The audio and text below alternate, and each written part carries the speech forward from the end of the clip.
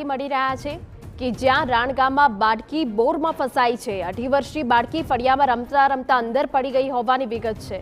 સંવાદદાતા દિવેશ વાયડા વધુ વિગત આપી રહ્યા છે। દિવેશ, શું પરિસ્થિતિ હાલ?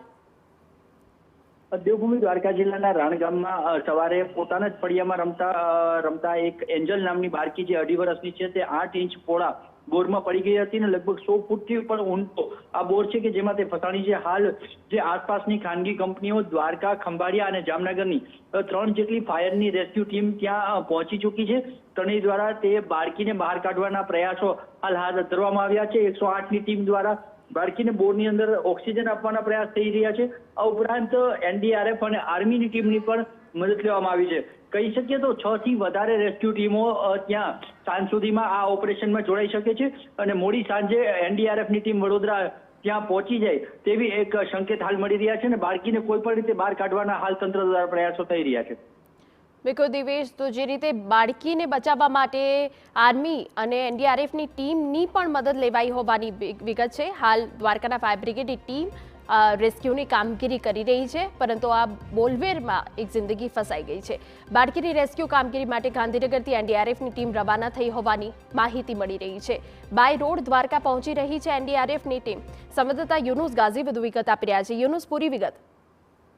એના 18 વર્ષની બાળકીનો જીવ બચાવવા માટે સ્થાનિક તંત્ર દ્વારા તો તનતોડ મહેનત કરવામાં આવી રહી છે, પરંતુ આવા ઓપરેશનો માટે જેને નિષ્ણાત માનવામાં આવે છે તે એનડીઆરએફની મદદ લેવામાં આવી છે। જિલ્લા વહીવટી તંત્રએ રાજ્ય સરકારને વિનંતી કરી હતી અને રાજ્ય સરકારની વિનંતી બાદ એનડીઆરએફની એક ટીમ ગાંધીનગરથી રવાના થઈ ચૂકી છે। અત્યાધુનિક સાધનો સાથેની સજ્જ આ એનડીઆરએફની ટીમમાં આવા ઓપરેશનો માટે નિષ્ણાત માનવામાં આવતા જે કર્મચારીઓ અને અધિકારીઓને સામેલ કરવામાં આવેલા છે। આ ઉપરાંત રાજ્ય સરકારની વિનંતીની રાહ જોવાઈ રહી છે। વડોદરાનું જે મુખ્ય કેન્દ્ર છે એનડીઆરએફનું, ત્યાં એક ટીમને સ્ટેન્ડ બાય રાખવામાં આવી છે અને રાજ્ય સરકાર જો વ્યવસ્થા કરશે તો એરફોર્સના વિમાનમાં અથવા તો અન્ય કોઈ પણ વિમાનની અંદર આ ટીમ વડોદરાથી હવાઈ માર્ગે જામનગર પહોંચી શકે છે અને જામનગરથી દ્વારકાનું જે અંતરિયાળ ગામ છે ત્યાં આ ટીમ રેસ્ક્યુ માટે પહોંચી શકે છે। ઓલરેડી એક ટીમ રવાના કરી દેવામાં આવેલી છે। રાજ્ય સરકાર જે વ્યવસ્થા કરે તે મુજબ એરફોર્સ સાથે સંકલનમાં રહીને વધુ એક ટીમ રવાના કરવા માટેની તૈયારીઓ ચાલી રહી છે। જેમ બને એમ વહેલી તકે બાળકીનો જીવ બચાવી શકાય તે માટે તંત્ર દ્વારા અને રાજ્ય સરકાર દ્વારા પ્રયત્નો કરવામાં આવી રહ્યા છે। બિલકુલ યુનુસ, વધુ વિગત અમે તમારી પાસેથી લેતા રહીશું। તો બાળકીની રેસ્ક્યુ કામગીરી માટે ગાંધીનગરથી એનડીઆરએફની ટીમ રવાના થઈ છે। બાય રોડ દ્વારકા પહોંચી રહી છે એનડીઆરએફની ટીમ। અત્યાધુનિક સાધનો સાથે રેસ્ક્યુ કરવા માટે ટીમ રવાના થઈ। એક 18 વર્ષની કિંજલ નામની બાળકી આશરે 30 ફૂટ ઊંડા બોરમાં છે। અત્યારે તો અમે એમને ઓક્સિજન આપી રહ્યા છીએ।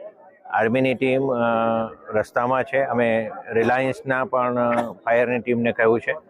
આ ઉપરાંત એનડીઆરએફને પણ જાણ કરી છે, તો એ ટીમો બધી આવી રહી છે અને આપણે રેસ્ક્યુની કામગીરી બહુ જલ્દી શરૂ કરશું અને આશા રાખીએ છીએ કે બાળકીને આપણે બચાવી લઈશું।